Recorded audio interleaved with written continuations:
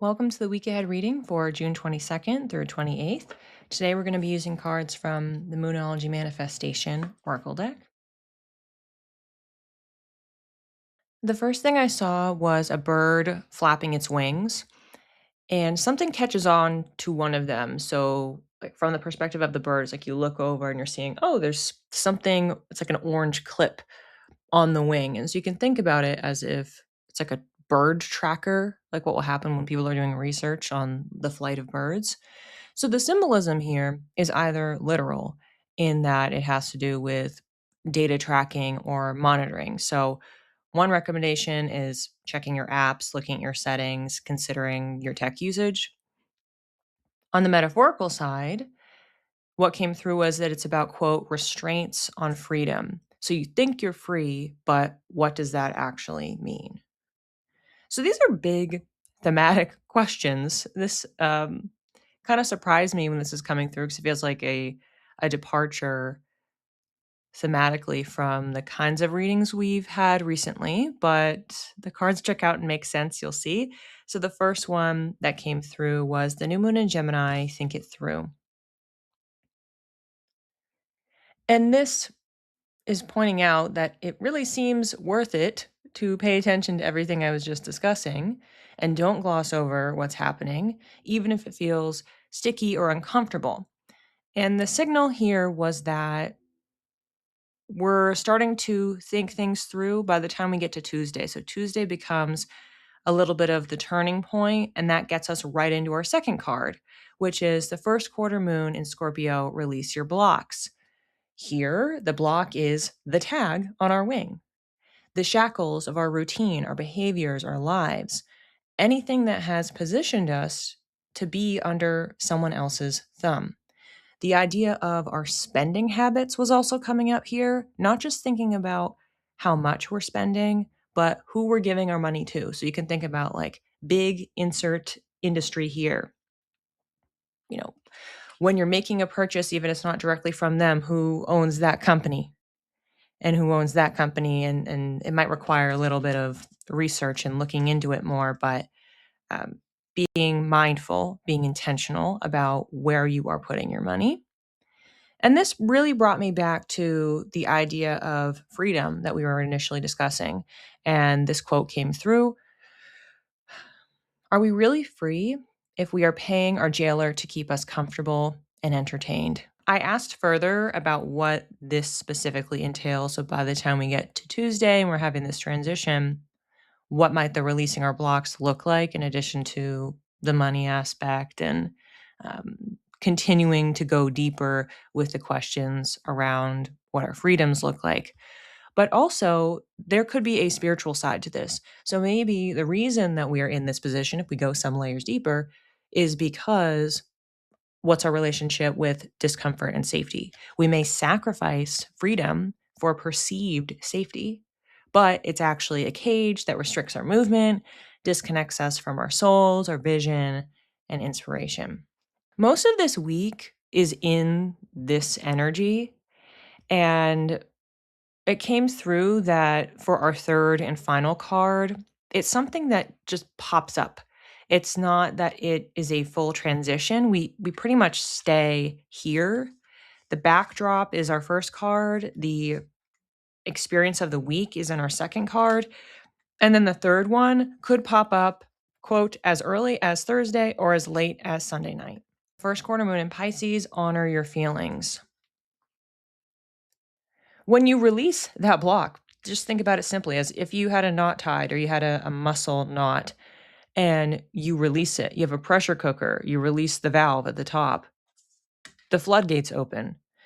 And the visual that came through, especially because we're still talking water signs here, is allowing the emotions to wash over you like a wave because the tide is temporary and it will pass. And it's better to have been washed clean for the fresh start and perspective. Remember, we are coming back to the thing that we are learning, what we're understanding, what we are researching. It's information that has come through that has resulted in us doing this work, these adjustments, going inward, making changes, really being, I'll say critical, but taking a critical eye to what we have been doing, what we do now, and then experiencing the after effects of that, the truth of that. And it doesn't feel as though we fully regain our freedom by the end of the week, but depending on the person, it can be anywhere on the spectrum. So, on the low side, if you didn't progress as far, it would just be that you identified what the issue is. So, you're now understanding, oh, okay, let's just say it was money. Oh, well, I have my investments here, or I'm giving support to these organizations. Oh, I didn't know that they were involved in these dealings or taking my certain freedoms away, or whatever it is. Like, it's just the discovery and the understanding of something that is happening or has been happening in some cases for many, many decades, and you just didn't know. On the deeper, more extensive, higher vibrational side, it means really grasping specifically what needs to be corrected, making the decision, maybe being more emotionally or mentally prepared to take that action, which won't happen right this second. We're just kind of swimming in it or flying through it right now. Our moon phases here, we have all very early in the moon cycle. We have new moon, that's the first phase, and then 2 first quarter moons, which come right after a new moon. And that's because all of this is the beginning of a new story. First, we have air, which is more communication, thinking, intellectually based, and then water, which is intuition, relationships, emotional regulation. Talking about our astrology, this was really fun to see how nicely it mapped on. We start the week with the moon already in Libra, which is beautiful because that's a fellow air sign. So we have an energetic match with that signature. The moon stays there Monday into Tuesday. And as we remember, Tuesday becomes a transition point going into Wednesday. And that's when the moon enters Scorpio, which of course matches our second card. I want to note here there is a time zone element. I mentioned that by Tuesday is when this card is starting. On Wednesday, the moon enters Scorpio at 2:44 a.m. Eastern time. So depending on your time zone, it still very well might actually be Tuesday. If not, it's overnight, you're snoozing, you wake up, and Wednesday is the first full day when we're in this energy portal. So I love that that was a clean match. And then we have Friday. So I did mention that the secondary piece, that third card with this Pisces energy, could start as early as Thursday. And we had Friday was when we have the moon switching into Sagittarius, also Jupiter ruled. So again, we have some sort of energetic signature that is matching.